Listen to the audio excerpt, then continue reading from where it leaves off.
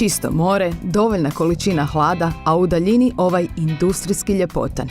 Riječke urbane plaže spajaju najbolje od grada koji je udružio snage te im udahnuo novi život.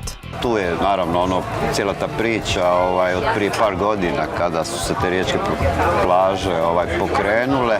Tu je grad naravno svojim nekim radovima, opremanjima tih plaža dao svoj dosta veliki obol. Turistička zajednica koja podržava sve projekte vezane za riječke plaže, tako da smo kao baš svi skupa vrlo iznenađeni sa riječkim plažama koje su se tako digle u jednom trenutku da je zaista super. Plaža Ploče već je proglašena najboljom urbanom plažom u Hrvatskoj, a u fazi je i izgradnja novog turističkog rezorta koji će biti dovršen za 2 godine, a imat će nešto manje od 200 kreveta. A koliko Riječani vole svoje plaže, odnosno kupaju li se ljeti u Rijeci ili ipak odu negdje drugdje?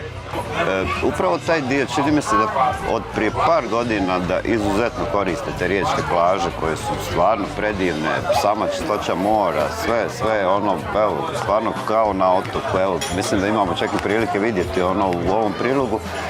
To je to. Dalje od ovoga čini mi se da nema i stvarno je koriste više nego što smo očekivali svi mi. Kako se plaže i odlazak na plažu Riječana uklapaju u riječki način života?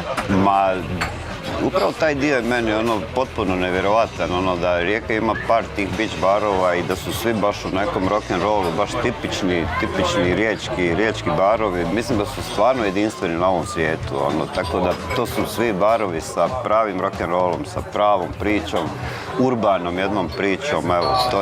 Za mene je to potpuno nevjerojatno što se dogodilo ovih zadnjih par godina. A dobar dio ove dobre priče blizina je plaža i gradski sadržaja, pa je osvježenje gdje god bili zapravo iza ugla.